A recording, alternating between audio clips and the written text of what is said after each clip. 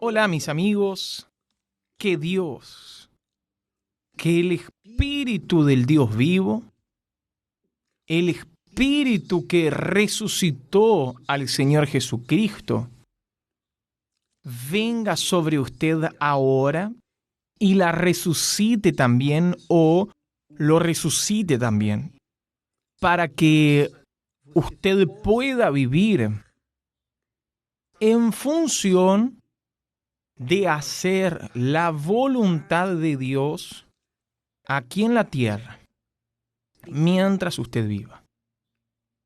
Esta es mi oración. Obviamente, tiene el amén de nuestro Señor Jesucristo. Porque Él, el propio Señor Jesús, fue un ejemplo de siervo, el siervo perfecto del Padre. Tan perfecto, que Él vivió, gimió, sufrió, bramó, haciendo la voluntad del Padre, siempre queriendo hacer la voluntad del Padre. Cuando Él dijo, que pase de mí esta copa, Él estaba en el auge del sufrimiento y del dolor, porque en aquel momento el Espíritu Santo iba a salir de Él para dejarlo ser aquel ser vivo, aquel cordero que asumiría el pecado de la humanidad para que pudiera salvarla. Entonces, amiga y amigo, Jesús en aquella situación, en aquel momento dijo, Padre, que pase de mí esta copa. Sin embargo, no sea hecha mi voluntad, sino tu voluntad. Entonces, que Dios, en la persona del Espíritu Santo, descienda sobre usted y haga de usted un instrumento para que sea hecha la voluntad de Él aquí en la tierra, en su vida, en su círculo social, en su círculo familiar, que donde quiera que usted esté, haga la voluntad de Él, para alabanza y honra y santificación de su nombre. Muy bien.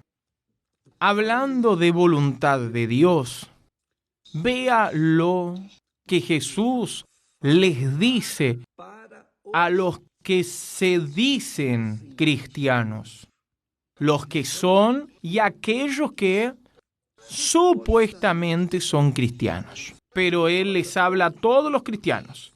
Les habla a aquellos que dicen creer en Él. Por lo tanto, sea usted evangélica, católica, espiritista, espiritualista, cualquiera sea su religión, y usted considera al Señor Jesús como primero en su vida, entonces usted tiene fe en Él, entonces este recado es para usted, es para mí, es para todos nosotros, para todos los que dicen ser cristianos. Él dijo así, no todo el que me dice, Señor, Señor, es decir, quien es cristiano o quien se dice ser cristiano, siempre dice Señor, ¿no es así? Señor Jesús. Pero Él dijo aquí, no todo el que me dice, Señor, Señor, entrará en el reino de los cielos, el eterno reino, preparado para aquellos que lo aman. No todo el que me dice, Señor, Señor, entrará en el reino de los cielos, sino el que hace la voluntad de mi Padre que está en los cielos. Piensa en eso. Y hacer la voluntad de Dios no es predicar el Evangelio, curar a los enfermos, liberar a los oprimidos, hacer caridad, tener una iglesia. No, es mucho más que eso. Eso es insignificante. Eso es el principio. Hacer la voluntad de Dios es vivir un carácter de acuerdo con lo que vivió nuestro Señor Jesucristo. Él hacía la voluntad de Dios, es decir, Él vivía una vida justa, limpia, íntegra, recta, temerosa al Señor. Entonces, cuando la persona vive una vida lejos del pecado, lejos de la prostitución, de la fornicación, lejos de lo que es robo, de lo que es mentira, de lo que es injusto, de lo que es podrido, de lo que es sucio, de lo que es corrupto, lejos de aquello que es la justicia de Dios, de lo que es justo, correcto, íntegro, limpio. Entonces, cuando la persona vive una vida para agradar a Dios, entonces esa vida garantiza esa fe de servir a Dios con una vida recta, íntegra y santa. Eso es hacer la voluntad de Dios. Usted puede hacer la voluntad de Dios en su casa, en su trabajo, en la escuela, donde quiera que esté. Y la voluntad de Dios es esta, que nosotros seamos ejemplos de Él aquí en la tierra.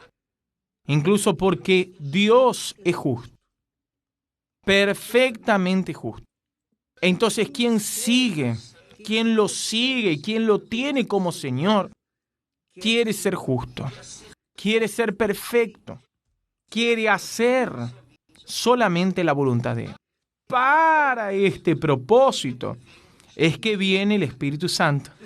Dios les da el Espíritu Santo a aquellos que realmente quieren hacer su voluntad, porque solo el Espíritu Santo nos guía a la verdad. Solo el Espíritu Santo nos guía según la voluntad de Dios. Entonces, usted necesita el Espíritu Santo. Nosotros lo necesitamos para que nos guíe, para que entonces podamos hacer la voluntad de nuestro Padre. ¿Está bien? Piense en esto. Tal vez usted ha buscado el Espíritu Santo y aún no lo recibió. Pero, ¿cuál es el propósito por el cual usted está queriendo recibir el Espíritu Santo? ¿Usted quiere tener poder?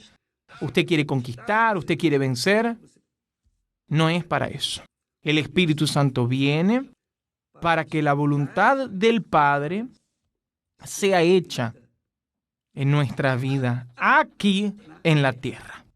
Que Dios los bendiga y hasta mañana en el nombre del Señor Jesús. Amén.